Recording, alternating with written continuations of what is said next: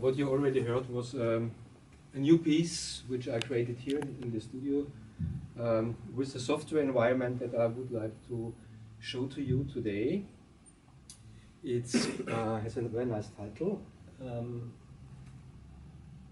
called MAZE, and it's an acronym, so it stands for Modular Algorithmic Sound Environment. So, you probably know what a maze is. Any answers from your side? Never heard the term maze? Feels like a trick question. It's not a trick question, no. It's a elaborate series of pathways that lead you via a series of wrong turns and getting lost to a new destination. How many paths are in a maze? One. Yeah, this is exactly the point. Mm. There's a difference between the labyrinth and the maze. The labyrinth has a lot of dead ends, Okay. whereas the maze is...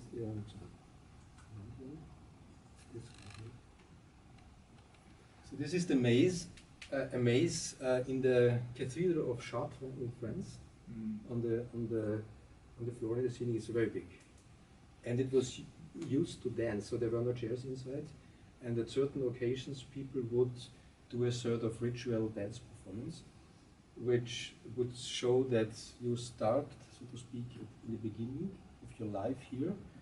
Then you make a lot of different deviations until you finally arrive into the center, whatever this means.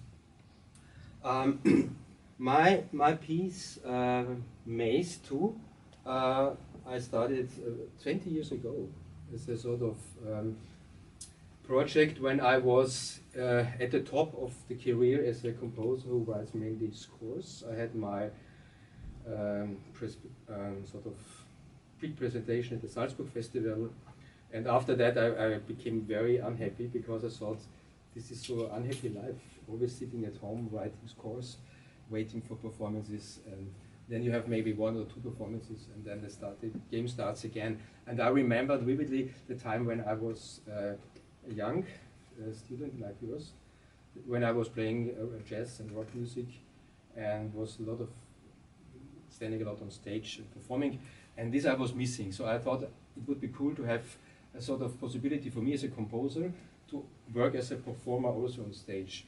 The problem is the instruments that I used to play, the piano, the guitar and the double bass, I completely lost contact with them. So I didn't practice them for many years.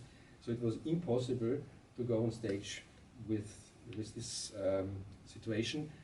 And as I became a composer, I don't want it to play just an instrument very good. It was more the interest to create something, let's say, orchestral, live on stage. So it needed to be a sort of environment where I can make a sort of polyphony of layers or of structure, of gestures played at the same time. So it's not a one-trick pony that does only one thing. So it should be something that embraces everything that I could have in my mind and express. So it's more the idea of a sort of real-time composition. This is an important term for me. A real-time composition environment that enables me to create music on the fly. And when I started the project, it was a very tiny fraction of what you see here. So in this corner here, this upper corner here, this green field, this was the beginning of the instrument. I will explain later. And then, as you see, there are lots of other green fields, boxes, and each of them contains a module. Now we are back to the module of modular algorithmic sound environment. I call them structure generators. Each model is a sort of, let's say, personality with a very specific character. So once you switch it on or interact with it, it starts creating sound. I will explain how it's done later. When I was starting this project with this little thing in the left upper corner, I created a project called Flow, with a capital L-O-W and a lowercase f, so it's like F and low. And this was the idea to bring together different musicians in an improvisation and context on stage. And this was accompanied by another module that you see here. Maybe you can read this. Flow, it says Flow.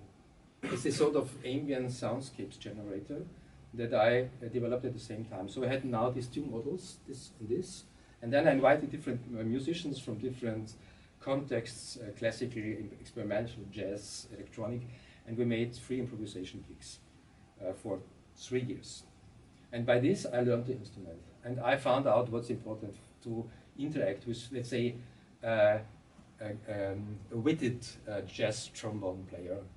So it became for me very important to react immediately, not to write code at the moment, like live coding, where it always takes time to type in the commands in the shell, but to react immediately to what the other musician is doing.